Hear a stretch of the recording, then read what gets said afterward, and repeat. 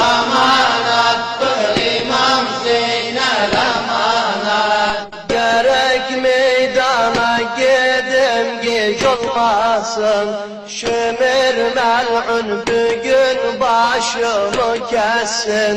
Zeynel'i sakla bacı incimesin, amanattır İmam Zeynel amanat. Bacım